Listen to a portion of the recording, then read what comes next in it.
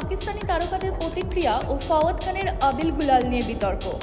22শে April 2025 Pahalgaon, Jammu ও কাশ্মীরে সন্ত্রাসবাদীদের গুলিতে 26 জন নিহত ও বহু আহত হন। এই শোকের মধ্যে পাকিস্তানি অভিনেতারা সোশ্যাল মিডিয়ায় প্রতিক্রিয়া জানান।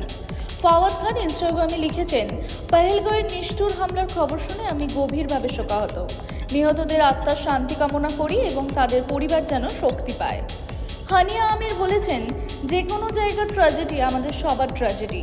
নিরীহ প্রাণ হারালে সেই কষ্ট আমাদের সবার হয়। দুঃখের ভাষা এক এবং আমরা কেবল মানবতাকেই বেছে নিতে পারি। মাওরা হোসেন শোক বার্তায় লিখেছেন, আমার অন্তরের গভীর সমবেদনা জানাই সকল ক্ষতিগ্রস্ত পরিবারকে। একজনের বিরুদ্ধে সন্ত্রাস মানেই আমাদের সবার বিরুদ্ধে সন্ত্রাস। মানবতা যেন সবকিছুর ওপরে স্থান পায়, এই আশাই রাখি। ফাওয়াদ খান ও ওয়ানি কাপুরের অভিনীত আবির গুলালকে ঘিরে সোশ্যাল মিডিয়ায় বয়কটের ডাক চলেছে। পহেলগাঁও হামলার পর ভারত সরকার সিনেমাটি নিষিদ্ধ করেছে এবং গানগুলোও ইউটিউব থেকে সরিয়ে ফেলা হয়েছে। এদিকে দিয়া মির্জা ফাওয়াদ খানের বলিউডের প্রত্যাবর্তন নিয়ে বলেন, শিল্প ও শান্তির ঐক্যের মাধ্যম হওয়া উচিত। তার এই মাধ্যম পহেলগাঁও হামলার আগে করা হয়েছিল এবং এতে কোনো বিতর্কের ইঙ্গিত ছিল না।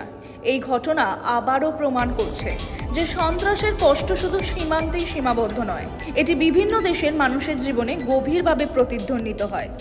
টাইমস নাও খবর।